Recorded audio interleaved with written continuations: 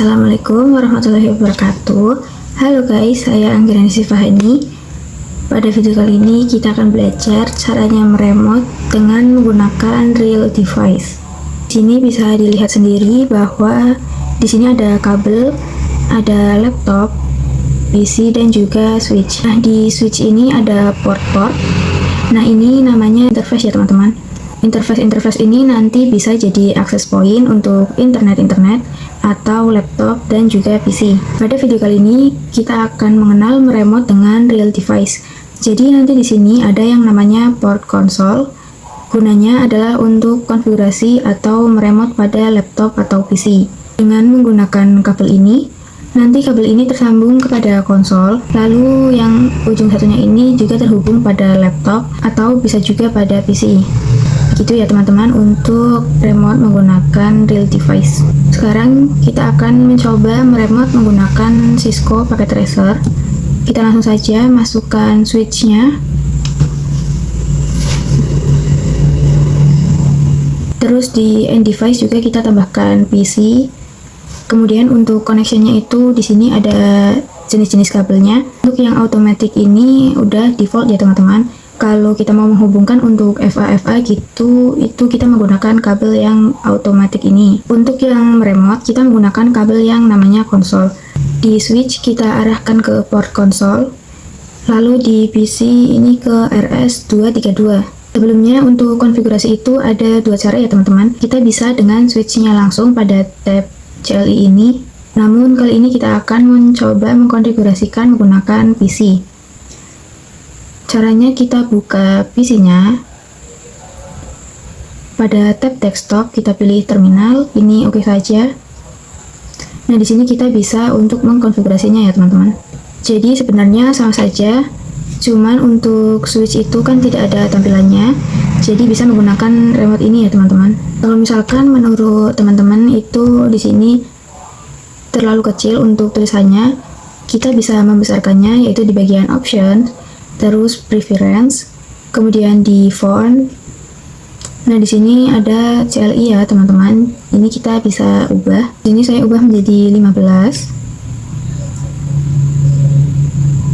Terus kita lihat lagi. Nah, sudah berubah menjadi lebih besar ya, teman-teman, dan jadi lebih jelas. Oke, teman-teman, di sini kita akan belajar untuk perintah-perintah dasarnya. Sebelumnya ini kita hapus dulu yang PC-nya. Terus kita buka aja pada tab CLI ini. Nah, teman-teman bisa dilihat bahwa di sini ada simbol V besar ya. Nah, simbol V besar ini artinya adalah kita masuk pada mode user atau level user ya, teman-teman. Di sini kita coba ketikkan tanda tanya. Nah, pada mode user ini kita terbatas ya, teman-teman, untuk melakukan konfigurasinya. Sebenarnya di mode user ini kita bisa konfigurasi, cuman kita hanya bisa mengetes, yaitu di sini ada telnet, SSH, lalu ping dan lain-lain. Itu untuk mode user. Yang kedua, ada yang namanya mode prevalence, yaitu kita ketikkan saja di sini enable. Nah, untuk tanda pagar ini artinya kita masuk pada mode prevalence ya teman-teman. Untuk mode prevalence ini kita bisa menggunakan komen yang lebih banyak, jadi lebih leluasa. Kita coba saja ketikkan tanda tanya. Bisa dilihat ya teman-teman, di sini komennya jadi lebih banyak daripada yang di mode user. Di sini ada more. More ini adalah lebih ya teman-teman. Kita bisa klik enter. Nah, untuk ketikan enter itu kita bisa melihat satu komen di bawahnya yang terakhir ini. Misalkan di sini tadi ada show, terus ketika di enter ini muncul komen SSH. Terus bisa juga memakai spasi. Untuk spasi ini yaitu untuk memperlihatkan lebih banyak daripada enter tadi. Untuk enter itu tadi kan cuma satu yang bisa kita lihat ya teman-teman. Lalu untuk lebih banyaknya itu kita bisa pencet spasi aja. Nah, bisa dilihat sendiri bahwa kita masuk pada mode prevalence ini banyak komen yang bisa kita pakai. Gitu ya. Oke, yang terakhir ada yang namanya mode global configuration. Oke, kita masukkan saja komennya, itu adalah CONFT. Kalau sudah ada tulisan config, itu artinya kita sudah masuk pada mode global configuration ya teman-teman. Yaitu dimana di sini kita bisa untuk mengkonfigurasi semua yang mau kita konfigurasi. Coba kita tanda tanyakan Nah, di sini banyak banget ya teman-teman untuk komen-komennya. Terus kita bisa ketikkan exit untuk kembali. Oke, nah pada mode privilege ini kita cuma bisa menggunakan komen-komen yang ini ya, tapi tidak bisa melakukan konfigurasinya atau mengubah isi datanya. Nah, untuk mengubah isi datanya yaitu kita harus masuk pada mode global configuration. Begitu ya teman-teman untuk perintah-perintah dasar.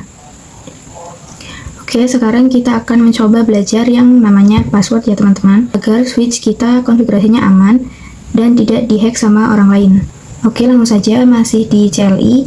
Di sini kita masuk lagi ke mode global configuration.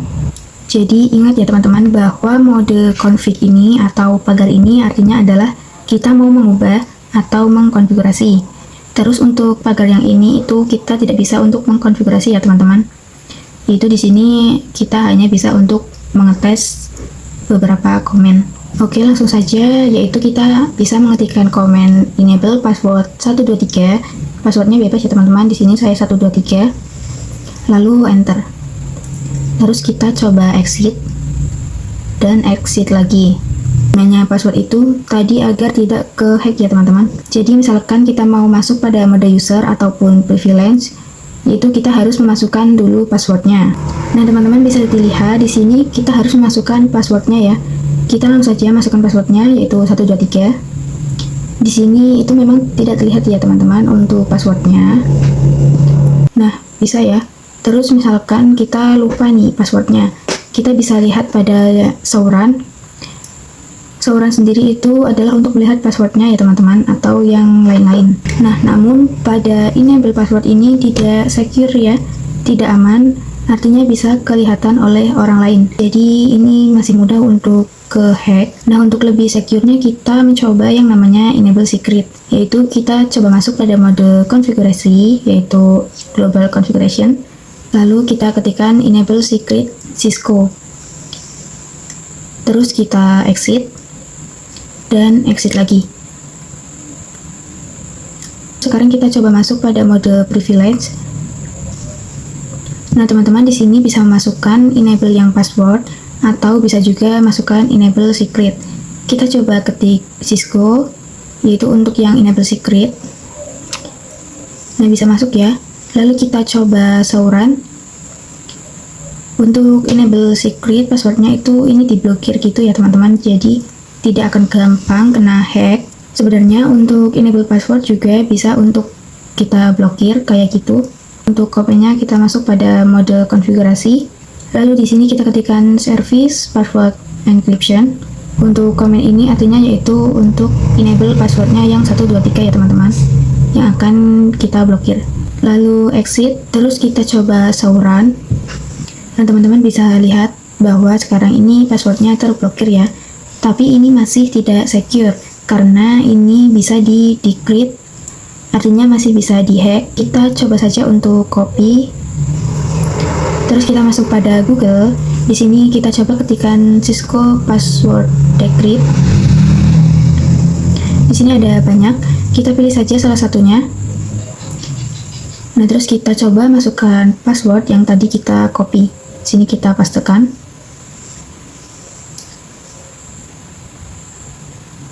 Oke, mohon maaf ya teman-teman, mungkin ini karena jaringannya kurang bagus, jadi ini tidak ada hasilnya. Tapi nanti itu di sini bakalan ada password yang 123. Jadi password yang 123 itu bisa ketahuan dan artinya itu masih belum secure. Jadi lebih baik kita menggunakan yang enable secret ya teman-teman. Oke, sekarang kita akan belajar untuk konfigurasi IP address pada router ya teman-teman. Kita masukkan router pakai yang sebelah kanan ini, terus masukkan switch, lalu masukkan 2 PC di sini dan 1 PC di sini. Terus kita hubungkan menggunakan kabel. Yang pertama dari router ke switch, terus dari switch ke PC, yang terakhir dari router ke PC 3. Nah, untuk topologi seperti ini itu PC 1 dan PC 2 sudah berbeda blok subnet pada PC 3 ya, karena sudah berbeda segmen. Segmen itu artinya pada port-port router ini ya. Jadi FA00 itu artinya segmen 1, dan untuk FA01 itu adalah segmen kedua. Seperti itu ya teman-teman untuk perumpamaannya. Nah, sebelumnya itu kita sudah melakukan konfigurasi IP address pada router. Yang sebelumnya itu kita masuk pada config, terus di FA ini kita masukkan IP-nya, terus kita on-kan. Namun untuk di real device itu kita tidak akan menggunakan FA ini ya teman-teman. Untuk realnya itu kita akan mengkonfigurasikan menggunakan CLI. Oke, langsung saja kita ke CLI-nya. Nah, untuk mengkonfigurasi itu kita harus masuk pada mode global configuration, yaitu di sini kita exit dulu, yaitu CONFT. Sebelum kita mengkonfigurasi, di sini kita jabarkan dulu untuk IP-nya. Jadi di sini misalkan untuk segmen 1 yang FA00 ini IP-nya adalah 10.10.10.0/24.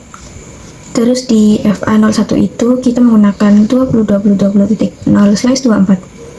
Jadi untuk segmen pertama itu di sini IP-nya 10.0 dan segmen kedua itu adalah 20.0.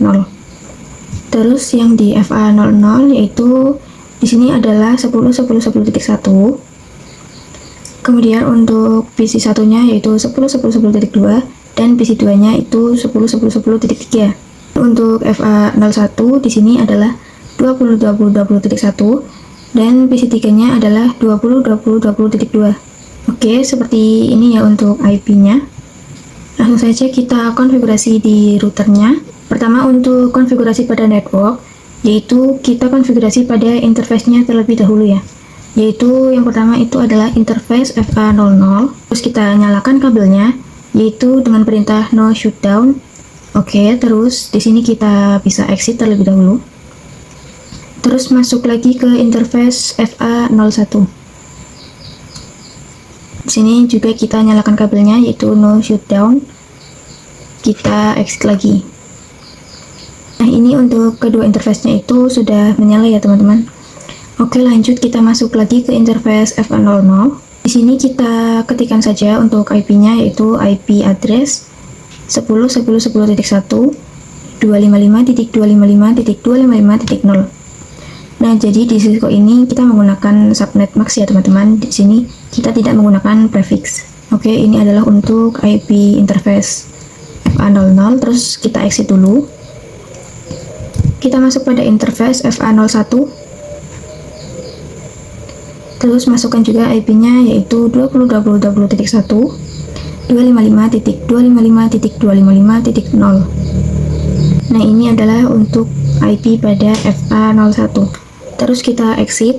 Nah, di sini untuk melihat IP-nya, kita masuk pada mode prevalence. Di sini kita ketikkan show IP interface brief. Nah, bisa dilihat ya teman-teman di sini bahwa interface FA00 ini IP-nya adalah 10.10.10.1 dan FA01 ini adalah 20.20.20.1. Dan di sini juga sudah up, yaitu artinya sudah berjalan dengan baik. Oke, jadi kita sudah melakukan konfigurasi IP address di router. Selanjutnya kita akan mengkonfigurasi IP address-nya di PC. Di PC kita masuk pada desktop, terus IP configuration. Kita isikan yang PC 1 adalah 10.10.10.2. Terus subnet max-nya yaitu 255.255.255.0. Kemudian untuk gateway-nya, karena PC 1 itu ada di segmen pertama yaitu FA00, jadi gateway-nya adalah 10.10.10.1. Oke, selesai. Sekarang kita ke PC 2. IP-nya yaitu 10.10.10.3. Subnet max-nya 255.255.255.0 dan gateway-nya masih sama yaitu 10.10.10.1. Terakhir kita ke PC 3. Untuk IP-nya adalah 20.20.20.2. Subnet max-nya yaitu 255.255.255.0 dan gateway-nya karena PC 3 itu di segmen yang kedua atau FA01, jadi gateway-nya adalah 20.20.20.1. Oke, selesai. Terus kita tes. Yang pertama kita tes untuk kirim paket dari PC 1 ke PC 2. Nah, sukses ya teman-teman. Terus dari PC 2 ke PC 1. Oke, sukses juga. Terus kita coba untuk dari segmen 1 ke segmen 2. Misalkan di sini kita kirim paket dari PC 2 ke PC 3. Oke, pertama-tama emang valid. Kita coba lagi. Oke, sukses ya teman-teman. Jadi seperti ini untuk konfigurasi IP address pada router. Selanjutnya kita akan mencoba perintah N. Untuk perintah N ini gampang banget ya teman-teman. Perintahnya itu sama seperti exit.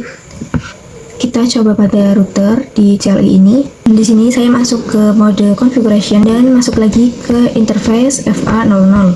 Kalau perintah exit itu kan di sini kita akan kembali ke mode configuration. Sedangkan untuk perintah N itu misalkan kita masuk lagi ke interface FA00, terus kita coba perintah N. Nah, untuk perintah N itu di sini dia langsung kembali ke mode privilege ya teman-teman. Jadi seperti inilah untuk perintah N. Sekian untuk video dari saya. Mohon maaf apabila ada kesalahan. Terima kasih. Wassalamualaikum warahmatullahi wabarakatuh. Yeah. Bobby Valentino.